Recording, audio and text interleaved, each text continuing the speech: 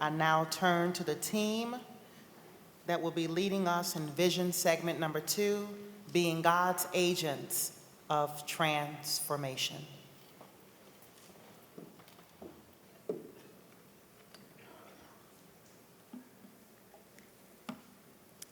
Committed disciples are committed to being God's agents of transformation in the world and their communities. Global Ministries has been doing this for 200 years. This year is a 200-year anniversary and celebration of missionaries serving locally, globally. Mission advances improving life through water wells, agriculture, education, worship, discipleship training, and evangelism. Global Ministries provides a variety of ways for you to be God's agents of transformation in your community and the world. Raise your hand if you have participated in UMVIM journey to be God's agent of transformation. Global Ministries and UMVIM coordinators have resources to train team leaders. Once you travel on a mission journey, you might get the call to be a mission volunteer, someone who is trained to spend 3 months to 3 years in the mission field. Here to tell us about being a mission volunteer is Ray and Kathy Hake. The bishop from the Liberia Annual Conference joined us and preached at the church that we're affiliated with. He said, I don't think that Farmer to Farmer is going to be able to do what they dream of unless someone is on the ground here for, I have to admit, he said 2 years. I heard 1 year. By the time the plane had landed, without talking about it again, we had both decided, you know what? God is calling us to a long-term commitment to missionary. When we went to our training, they covered things for us to be prepared for, cultural differences, being ready to go into a different situation and the realities of self-care, health care, financial care, just all of it. One of the things that the training really helped when I went to Liberia, I think, is they had us work out a for real budget. This has been a transformative time for me, and I have been blessed throughout my life with all sorts of fantastic experiences, certainly in ministry. I don't want to say it's the culmination because it makes me sound like this is the end of it. I don't mean that, but it certainly has the jewel in the crown. Yeah, I understand God differently. I look at the world differently. It has certainly transformed who I am and what I believe and my relationship with God. It is not us. God has blessed the people using us. You know, one of the comments made was, we've had lots of missionaries come through, but you guys like us. Love. You love us. And you even taught us how to love each other.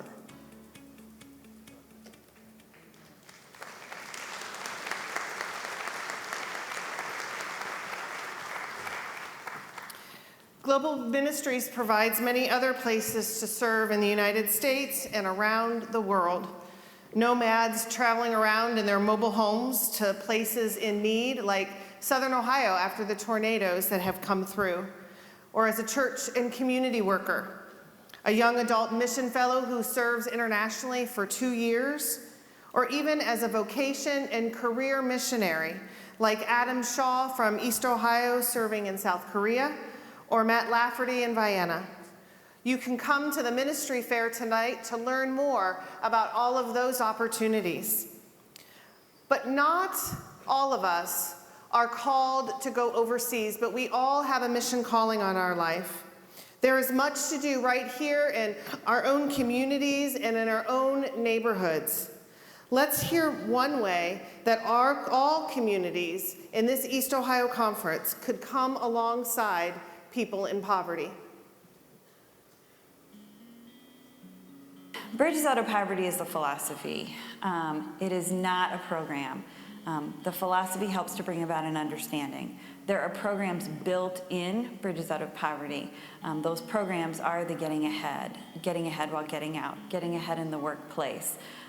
Our rules for youth that are middle school to high school students. This initial Getting Ahead program was really born out of saying, what's a neighborhood or an area in Cleveland that would benefit from some partnership and some investment? And who in our district would benefit from a partnership and investment that takes them into a new space and provides them an opportunity to be connected and to build some relationships, to get up close and personal with some new folks that they may not have had opportunity to encounter in the course of their day-to-day lives.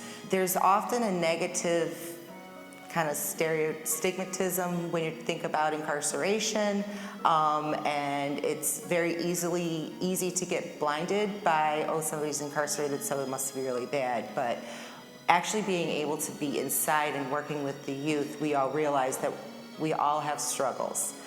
We all have issues, and just having the availability of actually being with the youth and seeing how everybody does have the same thing in mind. We all want change, we all want good, we all want to make successes, and we want to be able to continue to help. And this getting ahead while getting out allows everybody to come together and see what parts they play and what actions they can do and how we all can come together and really make a change. They don't want to be where they are. They just don't know how to be someplace else. If you show them that there's another way, that they have opportunities, they will jump on this, like getting ahead while getting out. They jumped on it. It was a volunteer program. And in the institution, like in the military, you don't volunteer for anything. But these kids decided to take a bite. They heard what we were trying to do, what it might do for them, and they took a chance. And we started out with 12, and we ended up with 8 graduates. And that is phenomenal. I thought that a 16-week program in a classroom setting would not be the kind of thing that, you know, marginalized people would adhere to, if you will. And I was wonderfully surprised that once people become a part of this process and they begin to understand the whys and the hows of their circumstances, they really cling to it, and it does in fact become their own. And so we had people coming week after week after week. They were eager to sit down and begin talking about these kinds of issues and to learn more about, you know, their circumstances and how they could change it. I think it just continues to reinforce for me really the sacred worth and value of people and the capability that God has already put in people to make change in their own lives. And really, it's just an incredible opportunity to watch that unfold in a small community environment. If we want, and I think we all do, safer communities, safer neighborhoods, more constructive citizens, then programs like this need to be facilitated in every place it can be. The Bridges Out of Poverty program, the Getting Ahead While Getting Out program, the Getting Ahead in the Workplace program. These programs, I mean, I can attest, are transformational. They will transform your attitude. They will help you understand where you are in life and how you can make something out of it instead of just treading that treadmill. You can go on with these lessons. So transformation is probably the biggest thing I would like the church to know. If you want safer communities, help us transform people. I hope you are sitting there wondering how you can be involved in your community and work like this, hosting or attending a poverty simulation or connecting neighbors or Bridges Out of Poverty training can equip us to be God's agents of transformation right here in our own communities. I hope you're wondering how your local church can partner with agencies like Ohio Guidestone or others in your communities in getting ahead while getting out or getting ahead in the workplace and the Bridges Out of Poverty work. Let's hear more about what the local church can do. So as I came to understand a little bit about the Bridges Out of Poverty philosophy, one of the thoughts that occurred to me was that this provided a really cool opportunity to connect some of our local churches in a collaborative effort to be transformative. I received an email from Joy Parker, and she was telling me about the program, and she was saying, you know, we really want this program to happen at St. Matthew because we think it's in a vital area, and so that it would be worthy, you know, it would be great for the people within the community. When we found out that Getting Ahead was happening through the district, and that this program would help people to escape the cycle of poverty and really make a difference in their lives and give them tools and equip them to change their lives, we wanted to jump on it. It's not an easy thing to do, what Getting Ahead does, and so that's precious. So because we were able to come alongside and simply offer a meal and childcare, we were thrilled to just be invited to be a part of that.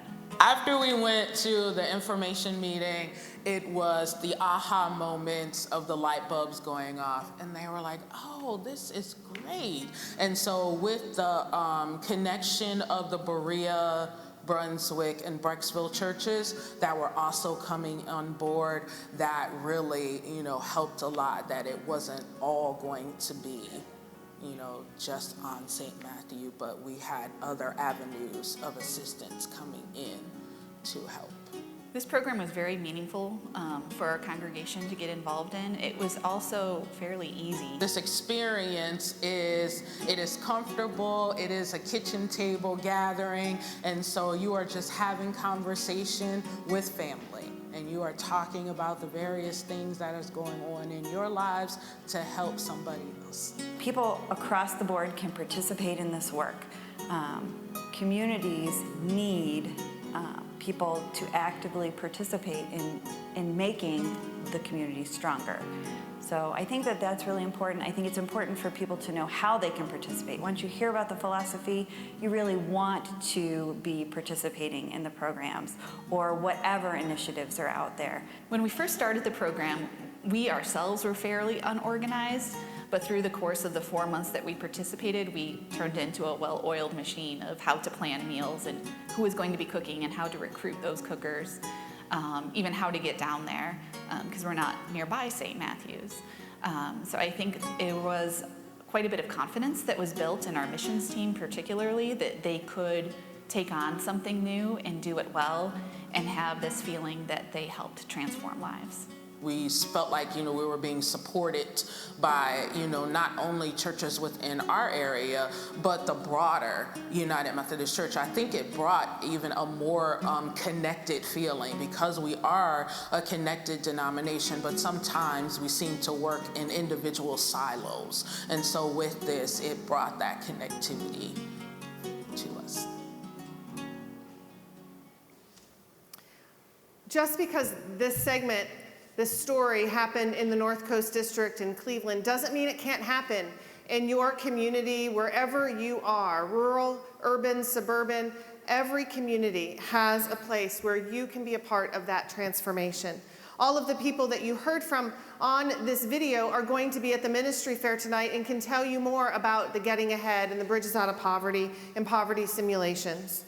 If you have heard something today so far in this intro, which is stories from East Ohio that stir you and you want to know more, email me as you see my email address there on the screen. And let's be a part of being God's agents of transformation right here in our community, locally in East Ohio and around the world. May the Holy Spirit of Pentecost empower and stir and move you to do something. And so now we welcome back to the stage Dr. Poe as he guides and leads us today in being God's agents of transformation. Dr. Poe, welcome back.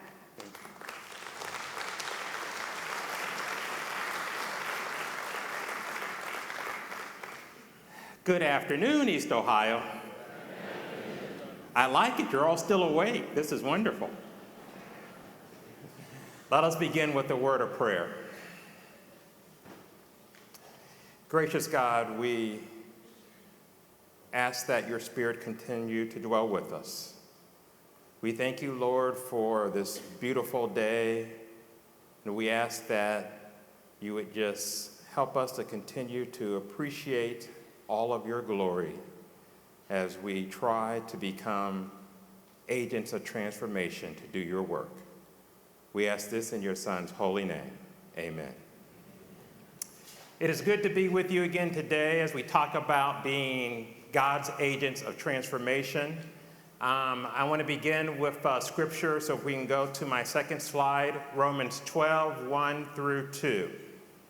And in Romans 12, 1 through 2, it reads, "Therefore I urge you, brothers and sisters, in view of God's mercy, to offer your bodies as a living sacrifice, holy and pleasing to God. This is your true and proper worship. Do not conform to the pattern of this world, but be transformed by the renewing of your mind. Then you will be able to test and approve what God's will is, his good and pleasing and perfect will." Let me take a few liberties with this text, and let me have us think about world not so much as the world we live in, but think about world as sort of the established worldview of the church. The worldview that we often take in our congregations. And if we think about the established worldview of the church, what Paul is really saying is we must not conform to the established worldview of the church, that we have to renew our minds and do something different. We have to think about how we can do church differently. This will require sacrifice. None of us really like to sacrifice, but it will require sacrifice. Now, one of the questions you may be asking is, how did we get these established church worldviews? Let me give a couple of examples of a couple churches. Now, these are the churches in the Baltimore, Washington Annual Conference. I know they don't exist here, Bishop. These are Baltimore, Washington Annual Conference churches. Next slide, please. So in Baltimore, Washington, we have some churches that are about 80 years old, and they've seen the neighborhood around them change over the years. And people now just drive into church on Sunday. They don't go to church any other day of the week. And when they get to church, the building insulates them from the rest of the neighborhood. And they don't understand why people don't come to church. These congregations have developed an insider mentality. Their worldview is, well, we're here, why aren't people coming to us? Their worldview is that those on the outside are the challenge or the problem. They should be coming to us because we've been here in this community. So we have those sort of churches in Baltimore, Washington. I know none of those churches exist here in East Ohio. Yeah, no church looks like that here. Church number 2, as an example, is again about 80 years old, but this church is big on social activism. This church participates in a Saturday meal to feed the hungry. They do a clothing giveaway a couple times a year. But the expectation is people have to come to them to be fed, or people have to come to them to be clothed. So everything revolves around individuals coming to them. They're not as insulated as Church One, but it's still an insider mentality. The worldview is we have the goods at our congregation and you have to come to us to get them. While involved in the community, the worldview is still very similar to Church One. So simply being socially engaged or active does not mean that we don't have an insider mentality or an insulated worldview. Now again, I know you don't have any of those churches here. We only have them in Baltimore, Washington. So bear with me as we work through this. For me then, missional engagement is not an inside-out approach where we develop this insider mentality, but missional engagement is an outside-in approach. In my opinion, it's an approach that doesn't lose sight of discipleship. We talked about discipleship yesterday. If I could, I would give you all a test, but I'm not going to do that because I know it's late in the afternoon. But remember yesterday we talked about living at the intersection between Matthew 25 and Matthew 28, and that we have to continuously disciple people. That's critically important. So this is what missional engagement is about. This sounds easy, so what is the issue? Why are we struggling so much in some of our congregations? Let me lay out for you what I believe some of the challenges are. And I call this sort of our missional disengagement.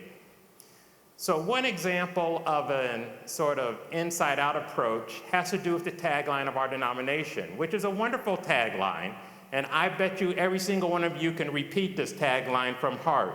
Open hearts. That's right, open hearts, open minds, open doors. And this sounds wonderful because it makes it sound like we're really inviting and we want people to come.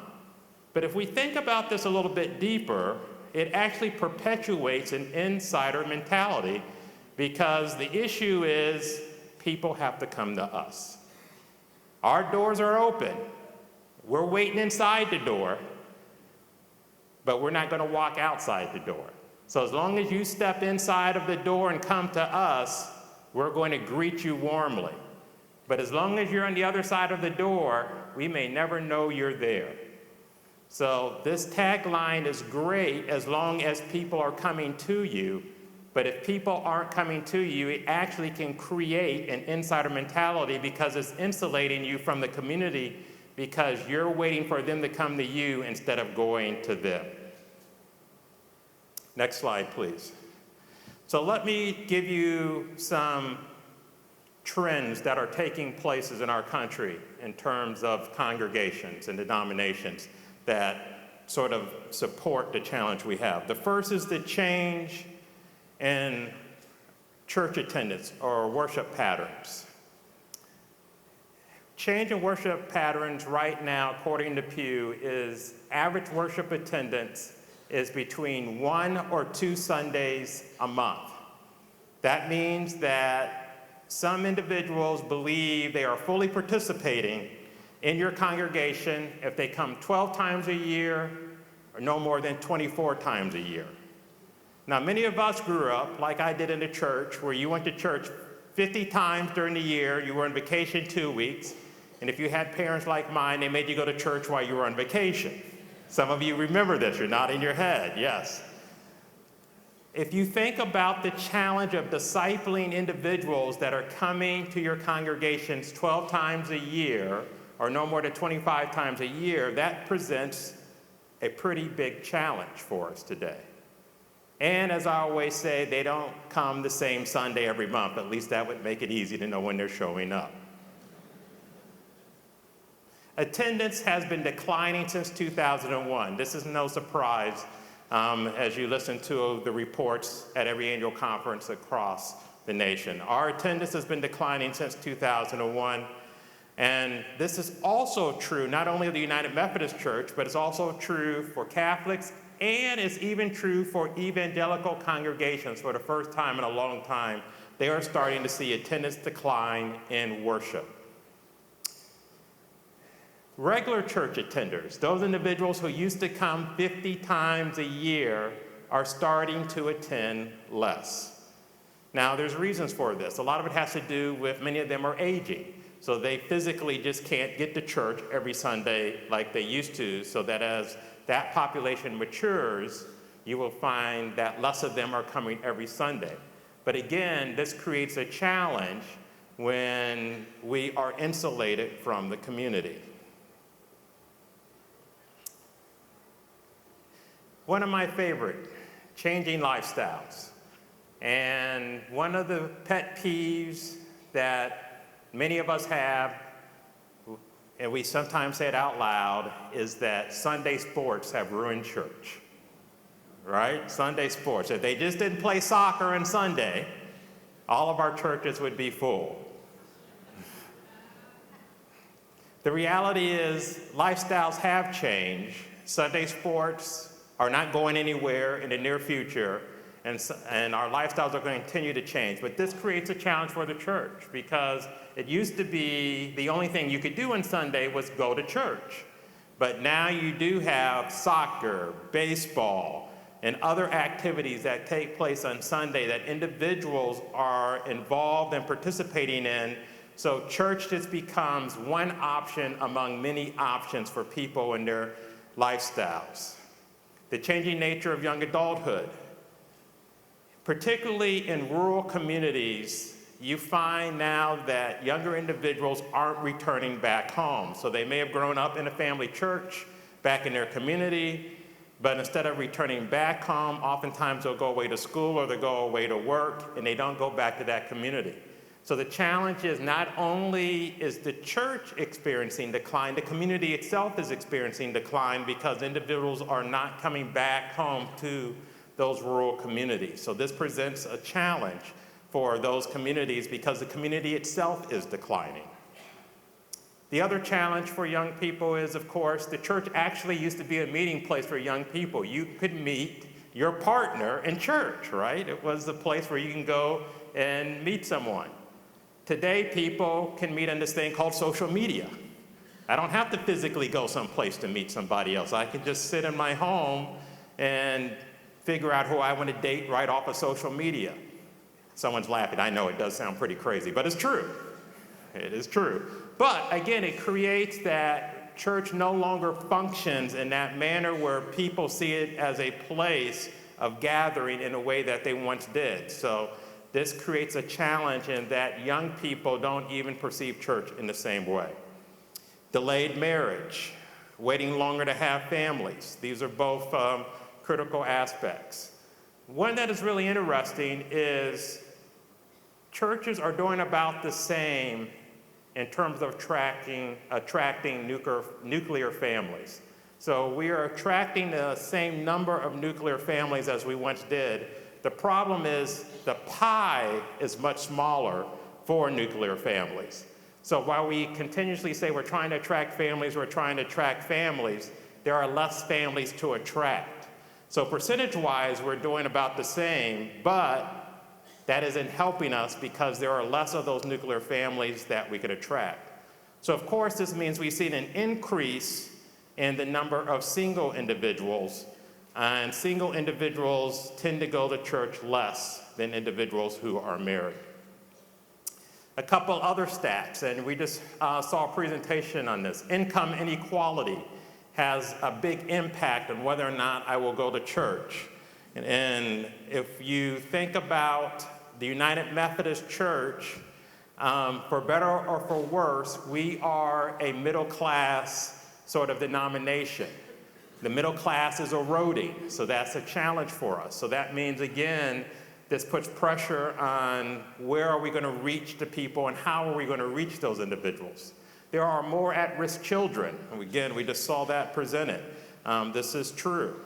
Non-nuclear families, individuals that come from families that don't fit what we consider to be a nuclear family are less likely to go to church.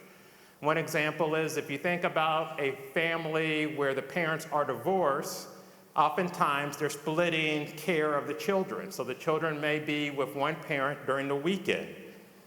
If they're with that parent only on Friday, Saturday, and Sunday, that's a limited amount of time they're spending with the parent, and the likelihood is that parent is going to try to make sure they get all the time with the kids. They're not likely to go to church. So this, again, creates pressure on how do we reach out to these individuals who are in non-nuclear families. This is a challenge.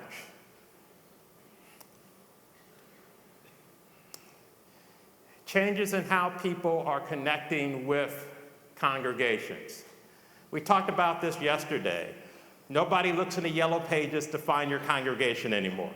Everybody's looking at your website, and they're wondering if you do live streams and other ways where they can figure out what's taking place in your congregation. So we have to keep up with the times in terms of how are people actually going to connect with us.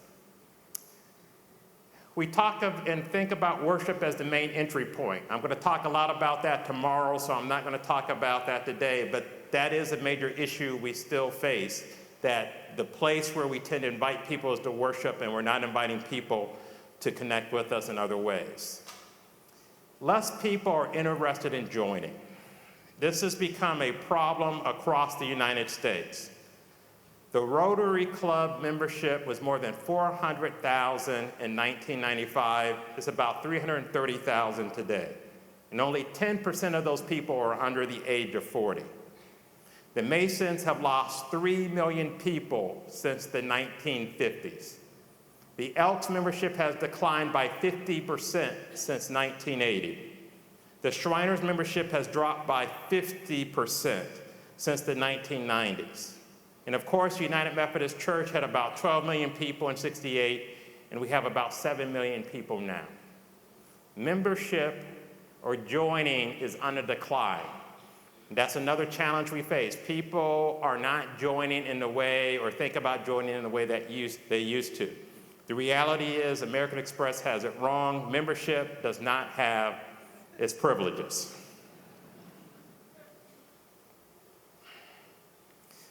You can stay on that slide for a second. So, as we think about all of these trends, the established worldview of a family of 4 with a dog walking through the door, joining your congregation, going every Sunday, and tithing to support the church is becoming a myth. And we keep trying to conform to this worldview. We keep trying to make this work, believing that somehow, some way, this worldview is going to come back and we're going to be able to experience the great sort of height of our congregations from the 50s and 60s. But Paul tells us in this text, we have to renew our minds. We have to think differently. We're going to have to act differently because the reality is we can no longer conform to that worldview. The question is, what are we willing to sacrifice? What are we willing to give up to renew our minds to do something different?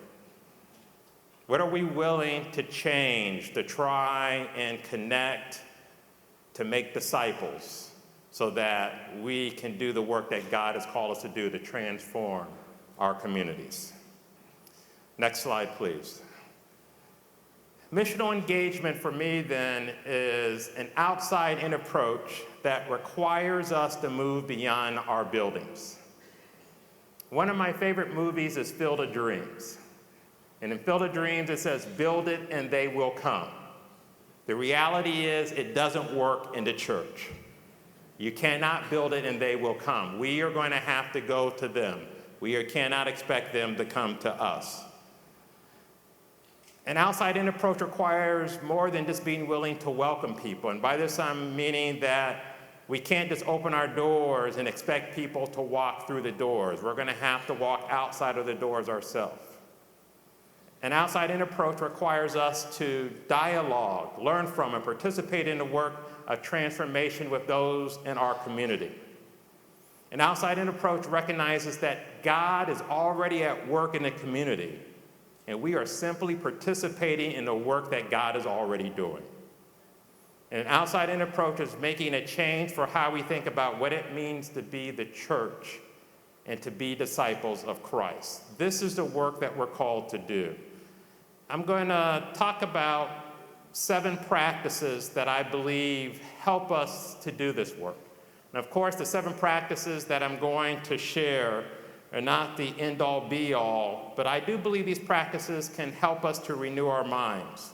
They can help us think about being a church in a different way.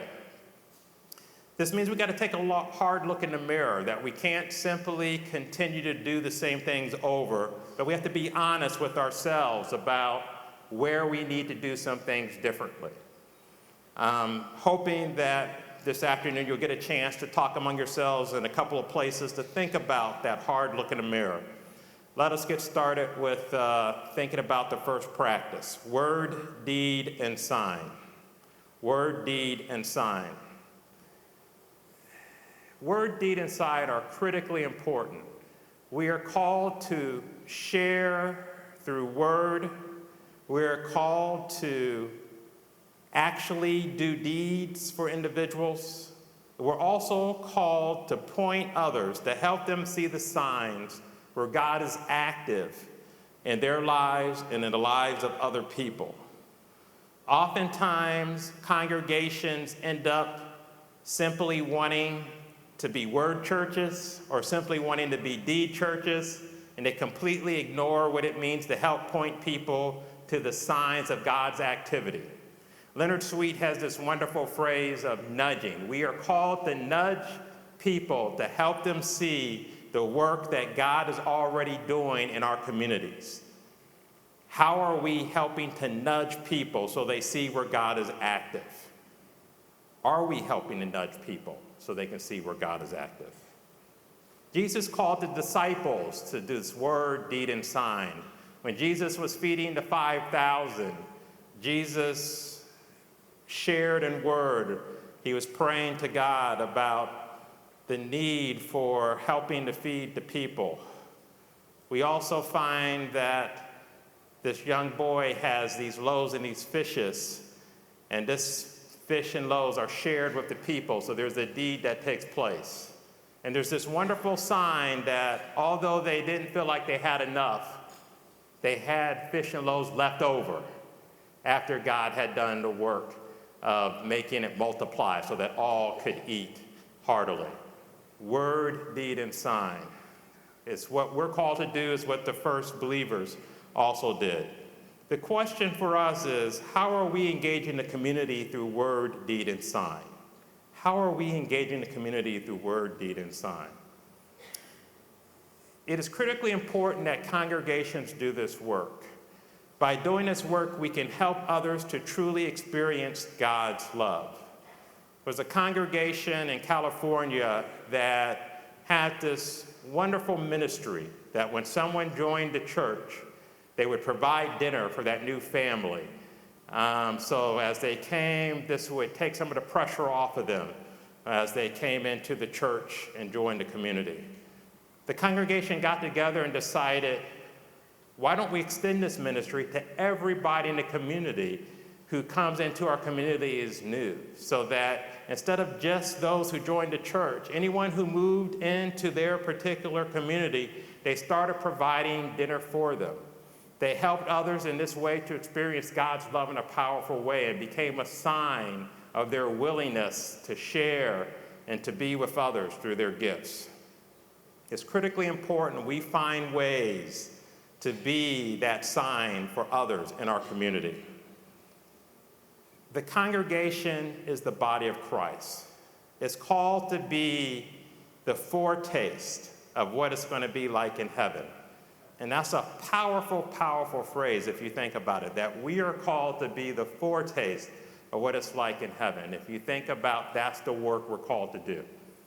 Now, as you stand or sit and look at me up here on screen, one of the things that is obvious is that I like to eat.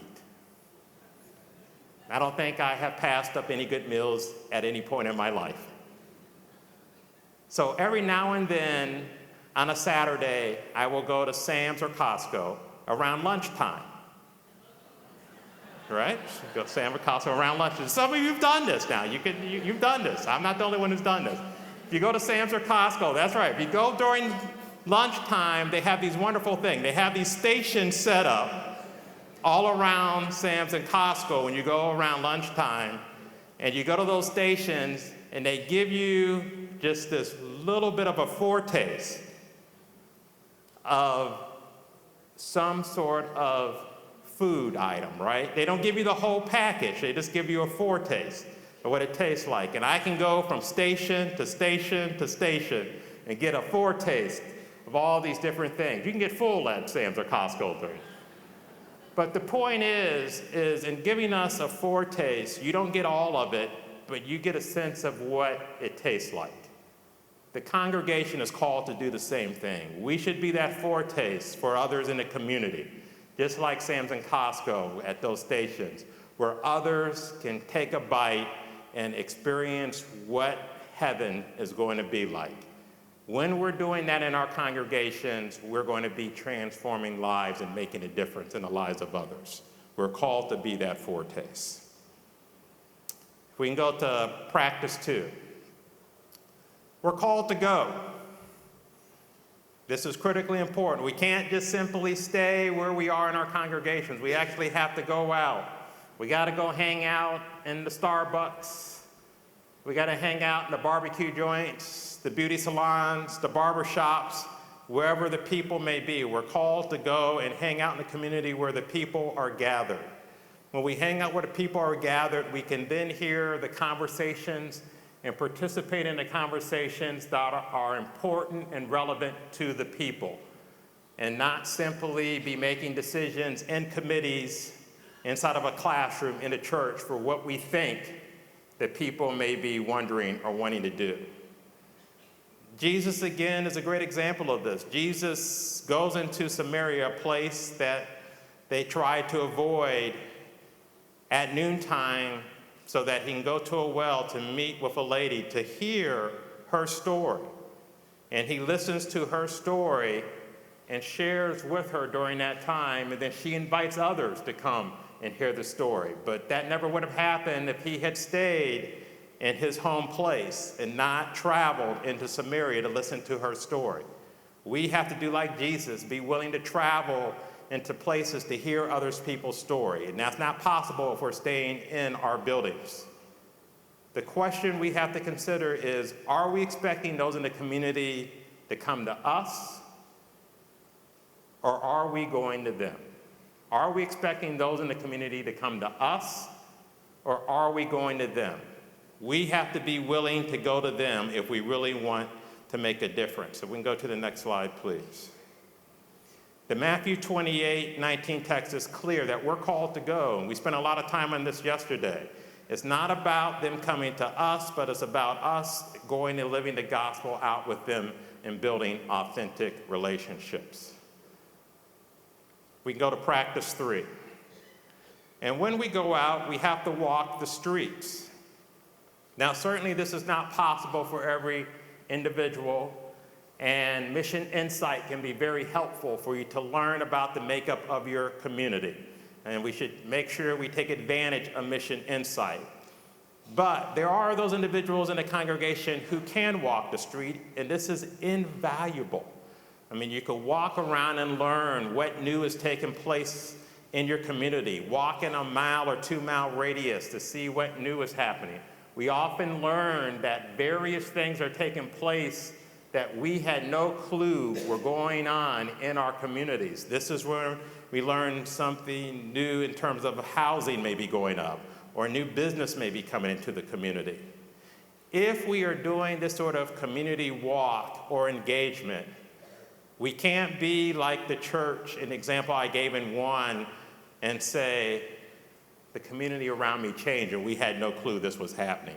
Because we would have been involved all along in what was taking place in our community, and we could have adapted the work that we were doing to make sure we were still connecting with those individuals. So we're called to make sure that we are walking the streets in our community so that we know our community intimately and they know us intimately. The question is, are we learning something new about our community daily? Are we learning something new about our community daily? The best example of this is Joe Daniels. I know he was here last year, but Joe's in DC, and I have been with Joe and his community. If you go with Joe and his community, every single person that comes by Joe knows who he is. And that's not an exaggeration. You literally can't walk anywhere because everybody stops him no matter who they are and says, hey, Pastor, how you doing today? Let me tell you what's going on. So that's how connected he is into the community. That's the goal that we all should have when it comes to our community. And that comes from him walking the streets. So we can go to the next slide, please. One way to do this is talk to one new person a week in your community. Talk to one new person a week. Have coffee, have lunch. Talk to one new person a week. And this doesn't matter if you're in an urban, rural, or suburban area. Talk to one new person a week. Get involved in the decision-making processes that take place in your community.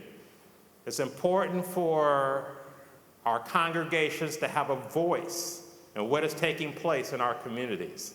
So get involved in the decision-making processes. Oftentimes, we want to protest when something has happened, and that's reactive.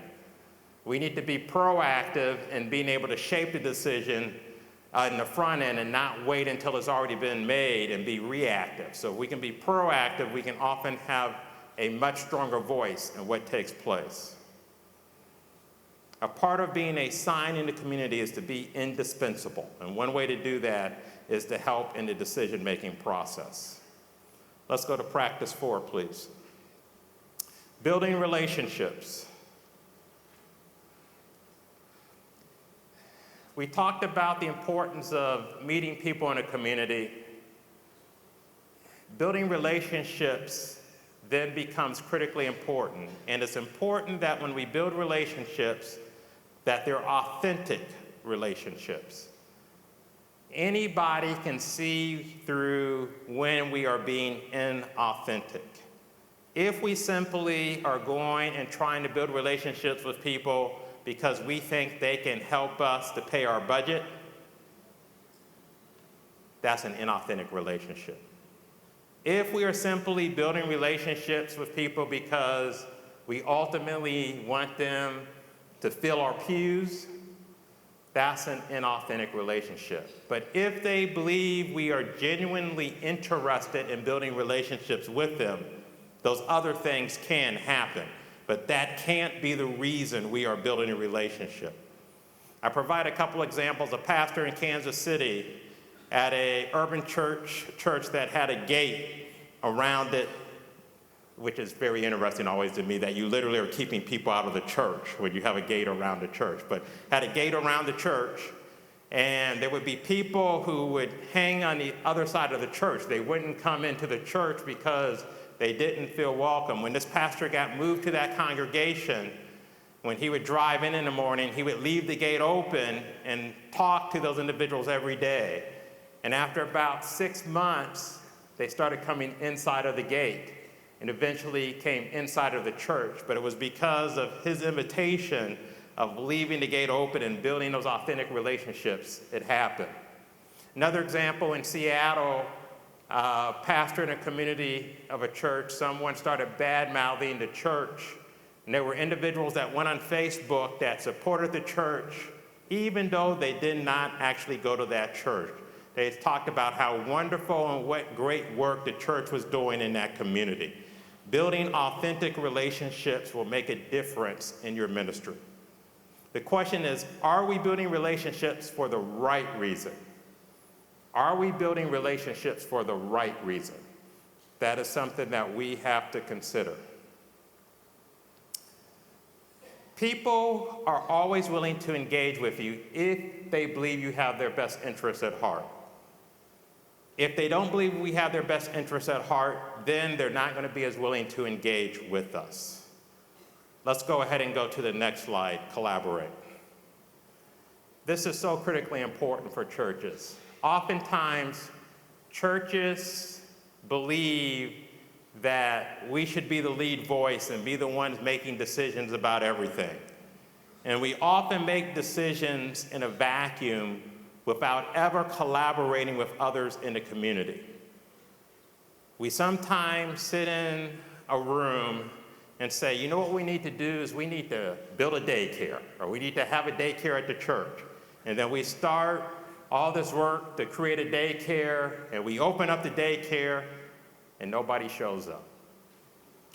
And if we had taken the time to collaborate, what we would have found out is what was really needed was a senior recreational facility, because that is what the community at this point needed. But we didn't collaborate, so we went down this path thinking we knew what was best. Collaboration means that we are working with individuals in the community to actually figure out what are the critical needs for that community and how those critical needs can be connected to the work that we are doing in the congregation. One of the things that we should always remember is people will support what they help to build. People will support what they help to build. If we collaborate with others and they are invested in what we're doing, they will help to support it. When we go off as a lone ranger and just do our own thing, there's no reason for them to be invested in us and to support the work that we're doing. Paul is a great example. Paul had to work with others in the community, and we see many examples of this. Priscilla and Aquila are just one example of Paul having ministry partners, collaborators in the work. Paul could not do it by himself. We cannot do it by ourselves. These collaborations are critically important. The question is, are we trying to be a lone ranger, or are we willing to collaborate with others? It's important that we learn to collaborate with others. We have to think about who are the people in our community that we can collaborate with. Next slide, please. And when we collaborate with others, it actually raises our visibility. It actually makes us more noticeable in the community. And the partnerships may help us to connect with other people we have not been able to connect with before. And of course, schools are a wonderful place to start those collaborations. Let's go to the next slide, please. Making a difference. As Christians, we're hoping to participate in God's work of transformation. My suggestion is, as we do this, we start small. And by that I mean we think about one thing that we can do to make a difference. One thing that is connected to our mission that we are living out in our community. There are a lot of opportunities, but we can't do everything as a congregation. But there is one thing we can do. Rural congregation in the Western Maryland area had about 20 people in the congregation. They were trying to figure out what was the difference they could make in the community. They finally said, what we can do is we can help with small house repairs. That became their one thing in a way they were able to connect with individuals and share with them and help them to experience the love of God. What's the one thing that we can do to connect with other individuals? My question is, are we trying to do too much? Are we trying to do too much? And you get to think about this. So have a partner, talk for 2 minutes, and think about, are you trying to do too much in your congregation?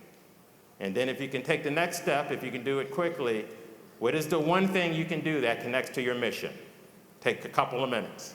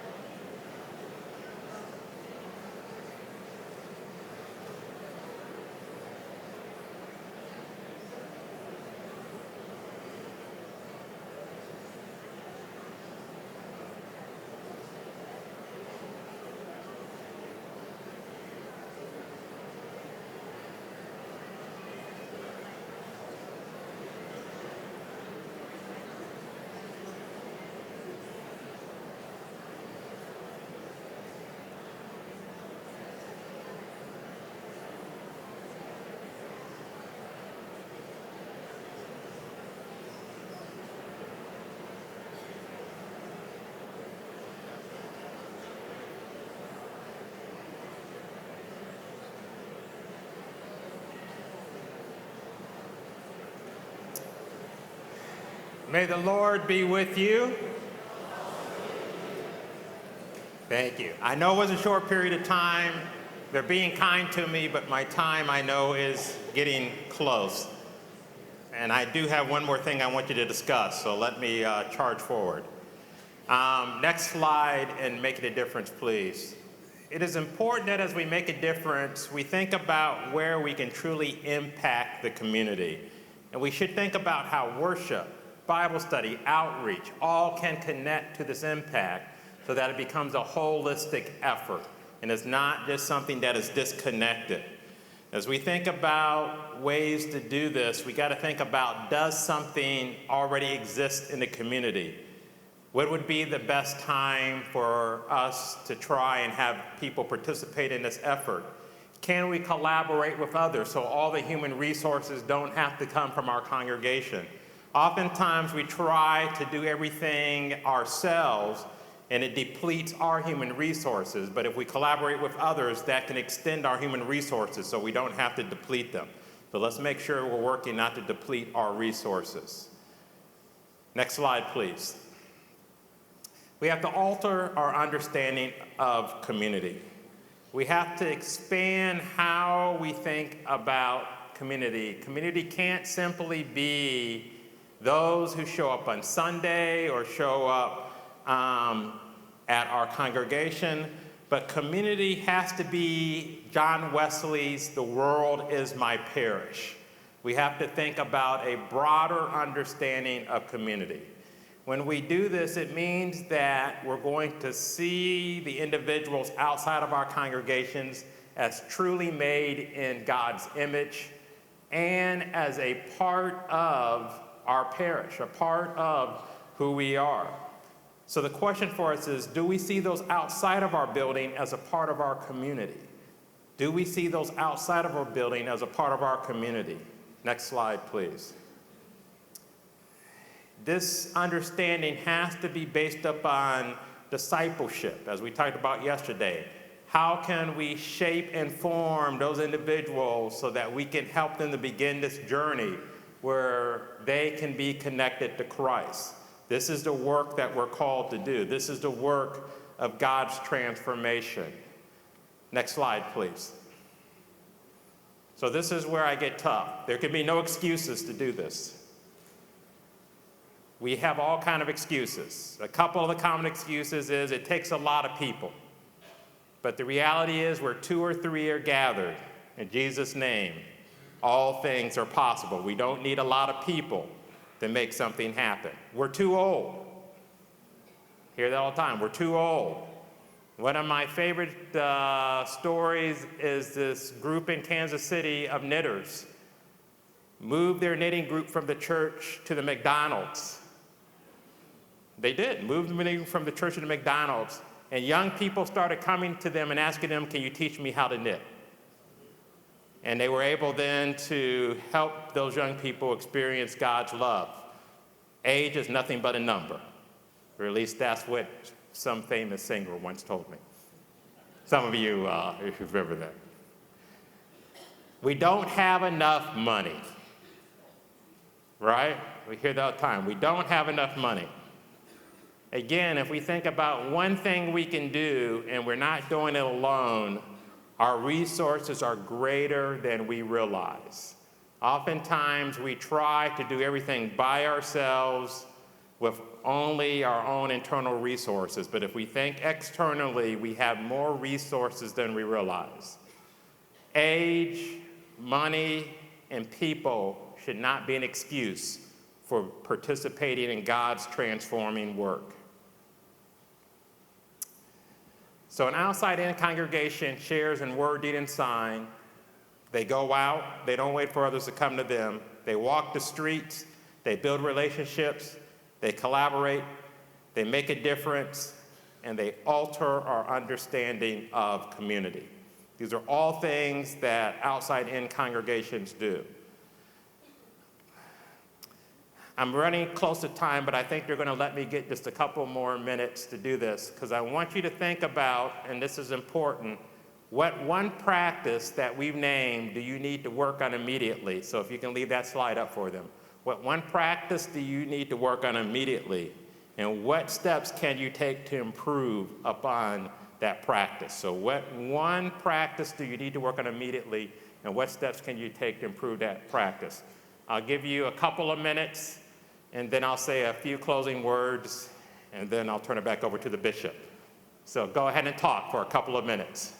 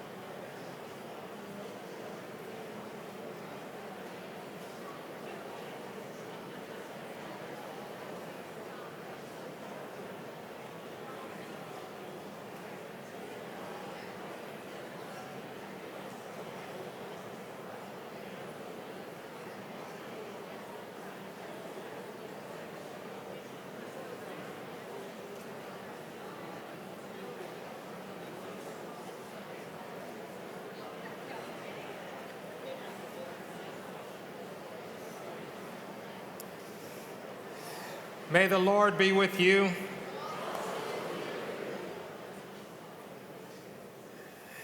As you think about these practices, I truly hope you will think about the difference you can make in transforming your communities. All of us have the capacity to be agents of transformation and do God's work. But it's going to require that we renew our minds and do some things differently. It's going to require that we sacrifice some of the ways that we've done some things in the past. But if we do this work, God is going to do some amazing things in our congregations. My prayer for you is that you will be guided by the Holy Spirit and let the Lord use you to do some amazing work in your communities. But you have to take that first important step and make sure that your minds are being renewed in the right way. I look forward to being with you tomorrow. May you have a blessed and wonderful evening.